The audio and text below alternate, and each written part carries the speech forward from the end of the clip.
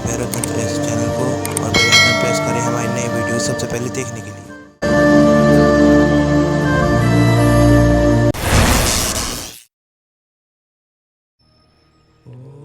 जय माता राम।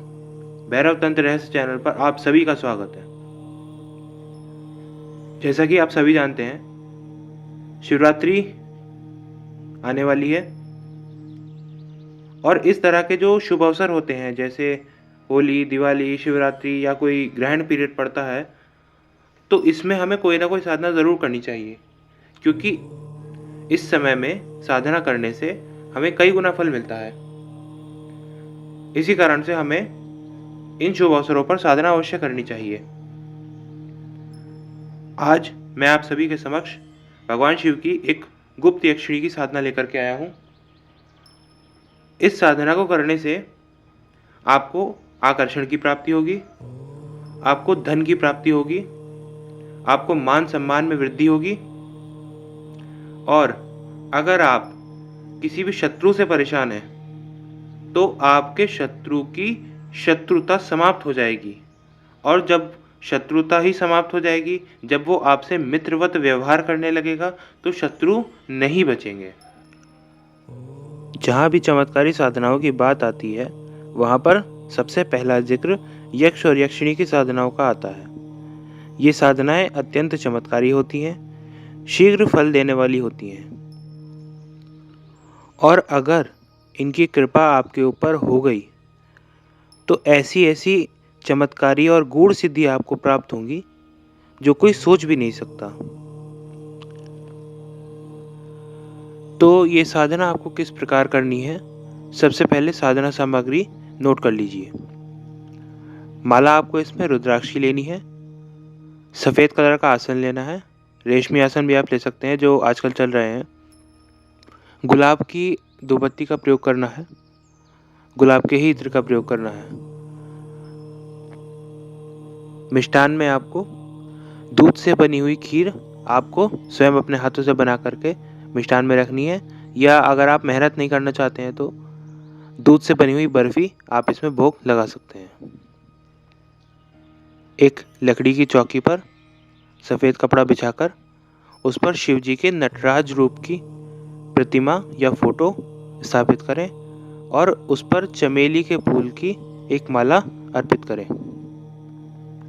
दीपक देसी घी का जलेगा इसमें। वो जो पूजा वाला बाजार में घी आता है उसका प्रयोग ना करें, शुद्ध देसी घी का प्रयोग करें।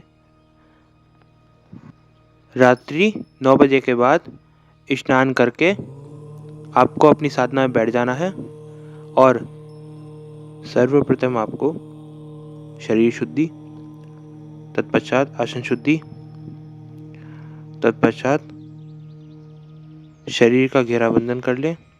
अगर शिखा रखते हैं तो शिखा बंधन कर लें, 10 दिशाओं का बंधन कर लें।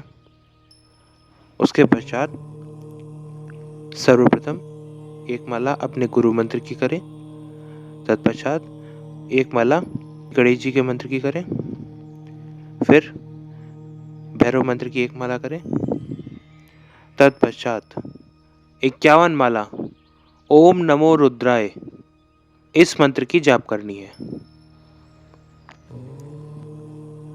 तत्पश्चात आपको यक्षिणी जी का मूल मंत्र पूरी रात बैठ करके जाप करना होगा, क्योंकि ये शिवरात्रि है तो इसमें रात्रि का बहुत महत्व होता है। सुबह के 5 बजे तक आपको मंत्र जाप करना है। यक्षिणी देवी का मंत्र है ओम शिव यक्षिणी कुल सुंदरी हुम। इस मंत्र का जाप आपको पूरी रात सुबह 5 बजे तक करना है और सुबह 5 बजे के बाद जब आपका जप समाप्त हो जाएगा तो इसी मंत्र में स्वाहा जोड़ करके आम की लकड़ियों से इसी मंत्र से 108 बार हवन कर दे और अगले दिन जब आपकी साधना पूर्ण हो जाए, हवन के पश्चात स्नान करके किसी भी शिव मंदिर में जाकर के भगवान का रुद्राभिषेक संपन्न कराएं। इससे आपको अनंत सिद्धियों की प्राप्ति होगी और आपकी जो परेशानियां हैं उनका जल्द से जल्द हल प्रभु स्वयं करेंगे। अगर आपका भाग्य अच्छा रहा और आपके ऊपर शिव भगवान की कृपा हो गई तो देवी आपको दर्शन भी दे सकती हैं। इस साधना में आपको अगर किसी भी प्रकार के डरावने अनुभव होते हैं तो कृपया घबराएं नहीं, क्योंकि देवी आपकी परीक्षा लेती हैं। कोई भी देवी हो या देवता हो अपनी सिद्धि ऐसे ही प्रदान नहीं करता। पहले वो साधक की परीक्षा लेकर के ये परखता है क्या साधक उनकी सिद्धि संभालने लायक है। यदि आप परीक्षा में खरे उतर जाते हैं तो वो आपको सिद्धि प्रदान कर देती हैं।